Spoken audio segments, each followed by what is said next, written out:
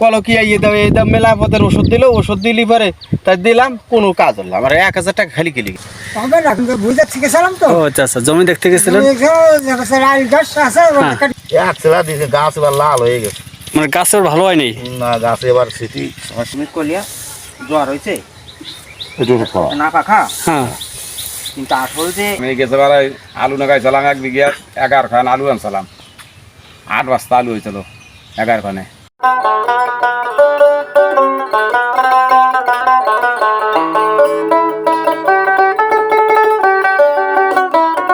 নীল আকাশের নিচে ভোরের কুয়াশা ঢাকা সকালে শিশিরে ভেজা এই ফসলের জমি সৌন্দর্যের একটা প্রতীক ছবি যেন ভেসে উঠেছে। বন্ধুরা, আমি SM বিপ্লব, নতুন আরেকটি ভিলেজ ব্লগে আপনাদের সবাইকে স্বাগত।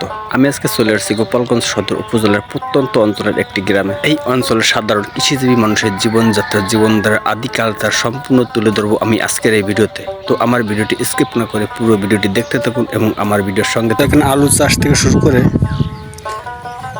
সব চাষে এই চরে করে থাকে। আলুর জমিতে সেচ দিচ্ছে, মেশিন দিয়ে সেচ ব্যবস্থা করছে, গাছগুলো ঢলে গেছে। এটা কি প্রথম সেচ ভাই? এটা কি প্রথম সেচ? এই 3 নম্বর চলে? সেচ তো 2টা দেয় মানে আলুতে।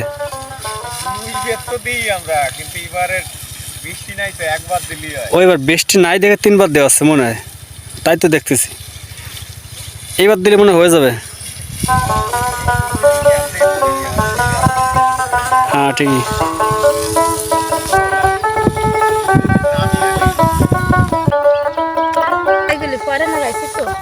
কার তাই? এটা গাছ তো অনেক বড় হয়ে গেছে। হ্যাঁ, এই গাছে তো ফল চলে এসেছে। কতদিন আগে রয়েছে গাছগুলো? এটা কত কি মাসে, মানে অগ্রহায়ণ মাসে রয়েছেন? আদা আদি এই দিন তো গাছে ফল চলে এসেছে। আপনারটা তো নামিয়ে গেছে আর কি। ও এই জমির থেকে নিয়েছি আর কি, এই জন্য না টানলে তো বেশ পচেছে। এমনি তো অনেক সারা মারা গেছে দেখলাম। এবার শীতের কারণে ঢেঁড়স তো আছে গরমের ফসল আর কি। মাঘ মাস তাও কি?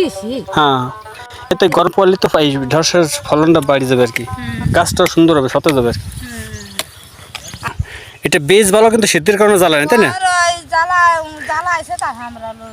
আচ্ছা, এখানে খালি ব্যান্ডেজ দেন প্রতি বছর ভাই? ও গতবার উস্ত ছিল আর কি।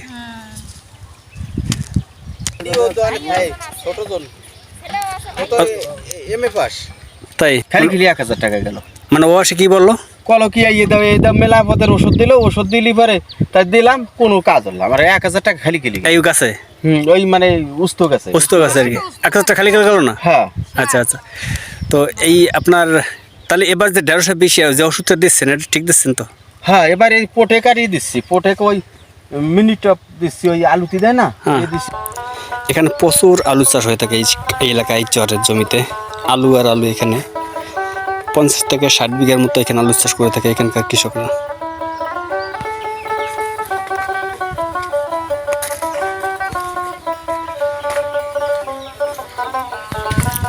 কোথায় যাচ্ছেন বৌদি? ও ধানের জমিতে। এই অঞ্চলের মানুষ এতটা দরিদ্র, খুবই অসহায়। বেশিরভাগই মানুষই 80% মানুষ দারিদ্র সীমার মাঝে বসবাস করে থাকে। এরা সবসময়ের জন্য কাজের পর নির্ভরশীল বা কাজ করে থাকে। কাজ করে এদের বেঁচে থাকতে হয়। এদের কৃষিকাজই এদের নির্ভরশীল। সকাল থেকে এবং সন্ধ্যা বা বিকেল, দুপুর যে যখন সময় পায় তখনই সব সময়ের জন্য এরা কাজে ব্যস্ত থাকে। ওইগুলো সব ধানের জমি, এখানে ধান রোপণ করা হয়েছে।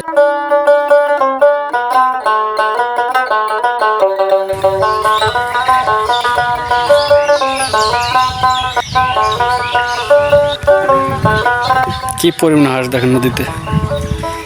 অনেক এই অঞ্চলের মানুষ এই বিলের ভিতরে।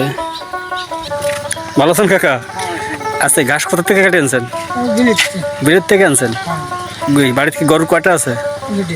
2টা, 4টে মোট আছে আর কি। আচ্ছা, বিলের থেকে এই এতগুলো গাছের মানে সামান্য সে থেকে হবে? হবে না, কিন্তু বুঝার থেকে ছিলাম তো। ও আচ্ছা আচ্ছা, জমি দেখতে গেছিলেন আর সাথে করে কিছু ঘাস নিয়ে আছেন আর কি। আচ্ছা, 1 কাজা 2 কাজ হয়ে গেল আর কি। এখন বাড়িতে যাচ্ছেন? আচ্ছা, ভোরে আছেন খুব মনে হয়। আচ্ছা, অনেক ভিতরে মনে গেছিলেন, বিলের ভিতরে? আচ্ছা, বাড়িতে তো কত সময় লাগবে? 20 থেকে 25 মিনিট লাগবে, তো অনেক সময় লাগবে আর কি। আচ্ছা, একটা জানতে, এই পাশে একটু টমেটো চাষ করছে এবার, সবই এখানকার মানুষ। এখানকার মাটি ভালো, মানে মাটি ভালো, সব ফসলই এখানের উপযোগী, সব ফসলই ভালো এখানে। আমি পায়ে হেঁটে এগোচ্ছি, আর কতদূর পথ যাওয়া যায়, হয়তো আর বেশি পথ ভিতরে যাওয়া যাবে না, একটু এগোবো, তারপর ব্যাকে আসবো। এই পাশে আরেকটা চার, এই চার পার হয়ে মানুষ বিভিন্ন কাজে যায়, ওই গহীন বিলের ভিতরে, একদম ওই বিলের ভিতরে সবাই কাজের জন্য চলে যায়। এই চার পার হয়ে এই সোজা চলে যায়। এত সময় কিন্তু আমি জনমানুষের ভিতরে ছিলাম, অনেক আশপাশে অনেক বাড়ি ছিল, আমি কিন্তু অনেকটা ভিতরে চলে, এখানে শুধু শুনছান, কোনো মানুষবিহীন, হয়তো জমিতে কর্মকাজ করছে এমন কিছু মানুষের সঙ্গে দেখা হবে বা কথা হতে পারে, এই ব্যতীত এখানে আর কোনো মানুষ নেই, একদম ফাঁকা জায়গা। অনেক দূরে দেখা যায় কালো কালো ওই বাড়ির গাছের মতো, গাছপালার মতো কিছু কিছু সিগন্যাল দেখা যায়। বিলের ভিতরে ফাঁকা একটি গাছ, হিজল গাছ, এটি দেখেন। এখানে আর হিজল গাছের ব্যতীত আর কোনো গাছ নেই। এটা এখানে থাকে একটা জলে, যেমন জল হোক, এই গাছগুলো এখানে মরে না।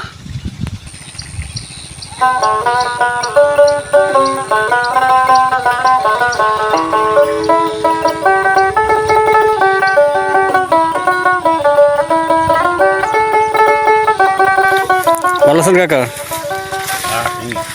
কি ছিটতেছেন জমি থেকে? উস্তা, মানে এখন কি মানে মেডিসিন দিচ্ছে নাকি? সার, শুধু সার না মেডিসিন? ওষুধ, ওষুধ আর কি। আচ্ছা আচ্ছা, কখন সকাল থেকে ছিটতেছেন? তাই এখন ছেড়েন না আর কি? কতদিন ছিটতে? লাল হয়ে গেছে, মানে গাছ এবার ভালো হয়নি না, গাছে এবার সমস্যা, শীতের জন্য ফল মনে কম আছে আর কি, ফলই নাই গাছে। তাই নাকি? আচ্ছা, তাতে দেখতেছি আর কি, ফলই কম আর কি। আচ্ছা, এখানে আপনার কতটুকু রয়েছেন আপনি? এই 5 কাঠা রয়েছেন, এত উঁচু জায়গা মনে হয়, একটু উঁচু হয় আর কি। আচ্ছা, ভালো আছেন কাকিমা? কাকিমা ভালো আছেন? আচ্ছা আচ্ছা, তাহলে এখন আজকে সার দিচ্ছেন কি, আর কদিন পরে ছিড়বেন উস্তা? আজকে ছেড়বো। আজকেই ছিড়বেন? আচ্ছা, উস্তা ফল কই আছে দেখা যায় না? কেমন আছে ফলগুলো দেখি? এই তো আছে মনে হয়, এই ছোটো ছোটো আছে আর কি। আচ্ছা, আর সব ধান এখানে, একদম এলাকা প্রচুর ধান। হ্যাঁ, মানে মেইন শীতের কারণে সমস্যাটা আর কি, শীতের কারণে এই সমস্যাগুলো একটু গরম পড়তেছে, এখন মানে একটু ভালো মনে হচ্ছে আর কি, ফল দেখা যায়। মেশিনগুলো দেখেন, এখানে ময়লা দিয়ে ঢেকে রেখে গেছে। এই মেশিনগুলো এখানে রাত্রে কিন্তু নেয় না, এখানে চোর বা চুরি কম হয়, এই জন্য সিকিউরিটি আছে, ময়লা দিয়ে ঢেকে রেখে গেছে।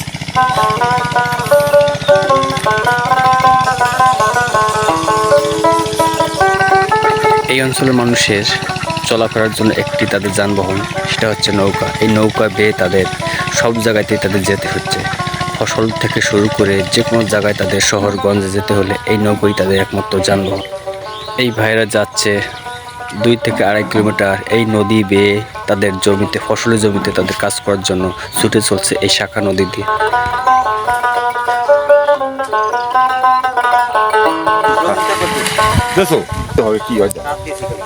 মানে গাছ লাল হয়ে যাচ্ছে, তাই এই পাশে কিছু লাল দেখা যাচ্ছে আর কি। মামা গাছ বাঁচাও, মামা গাছ বাঁচাও, পরিবেশ ভালো লাগবে। এবার শীতের সমস্যা তো, এবার শীতের সমস্যা। আমার কাছে এই সমস্যা কি দেওয়া তুমি কলিয়া জ্বর হয়েছে না পাখা, হ্যাঁ, কিন্তু আসলে যে সঠিক ওষুধ যদি না দেওয়া যায় বা দিতে পারে, হ্যাঁ, ওষুধটা মেইন, যে অ্যান্টিবায়োটিক না দিলে জ্বরে কাজ হবে না, হ্যাঁ। এই ওষুধটা তুমি। ভালো আছেন ভাই? কোথায় যাচ্ছেন? ওই চাষে মানে ধানের জমিতে উস্ত গাছে, উস্ত গাছে স্প্রে করবেন আর কি। উস্ত রয়েছেন এখানে কি? উস্ত হয় শুধু? উস্ত রয়, কেউ ভেন্ডি লাগায়, আর ওই সাইডে কেউ বাগি লাগায়। ওই পাশে বাঙিও রয় আর কি। শুধু এই বাকলাই ফসল বা বিভিন্ন সবজির চাষ এখানে হয়? সবজি চাষ করি আমরা। হ্যাঁ, বেশিরভাগ সবজি হয় না ধান হয়? ধান হয় বেশি। বেশি ধান হয় আর কি। হ্যাঁ, এটাই ধানের পর আপনার বেশিরভাগ নির্ভরশীল মানুষ। ধানের পরই নির্ভরশীল সবাই। যদি ধান হয় তো মানুষ বাঁচবে না, তো বাঁচবে না। এই অবস্থা। হ্যাঁ, এটা কি আপনাদের বেশি মানে কেমন এলাকাটা মানে উন্নত কেমন চাষবাসের জন্য? চাষবাসের জন্যই আমাকে এক ধানই হয় এই জায়গা। এক ধানই হয়, এক ধানের পর নির্ভরশীল। হ্যাঁ, আচ্ছা, আমি গেছেবার আলু লাগাইছিলাম 1 বিঘা 11 খান আলু আনছিলাম। 8 বস্তা আলু হয়েছিল 11 খানে। 11 খানা বেজারুতে 8 বস্তা আলু হয়েছিল। হ্যাঁ। তো অনেক বিরাট লস খাইছেন তো। বিরাট লস, মানে কঠিন লস, না তো দে না। এখনো দেয় না? এখনো। এটা কি সরকারি বেচছিল না আপনার সরকারি তেনা গাইছিলাম আমি। লোকাল না? না, সরকারি বীজ। তার সরকারি বেজায় ক্ষতিপূরণ দেয় নাই? না, আমার দেয় নাই। আপনি এর কোনো আপনার অফিসে যে কোনো যোগাযোগ করেন নাই? ম্যানেজার যোগাযোগ করছে বলে তাই তো কলো, তা তোর কোনো পাইনি। এই 1 বছর পার হয়ে গেছে, 1 বছর এখনো সমাধান পান নাই? না। তোমার কোথায় যাচ্ছ? খেলতে? কে খেলতে যাচ্ছ? খেলে আইছো? র্যাকেট খেলে আইছো? আচ্ছা। দিন চলে যাওয়ার পরেই রাত চলে আসে। এটাই তাদের কাজের সংগ্রামী জীবন। এক মুঠো খাওয়ার জন্য, একটুখানি বেঁচে থাকার জন্য তারা প্রতিদিন প্রতিনিয়ত এইভাবে কষ্ট করে বেঁচে আছে। বন্ধুরা, আমার ভিডিওটি এখানে শেষ করছি। আমার ভিডিওটি যদি আপনাদের ভালো লাগে থাকে অবশ্যই লাইক কমেন্ট করে জানাবেন এবং সাবস্ক্রাইব করতে ভুলবেন না। নতুন কোনো ভিডিও নিয়ে শীঘ্রই আমরা তোমাদের আবার ফিরে আসবো। সেই পর্যন্ত আপনার সুস্থ থাকুন, সুন্দর থাকুন।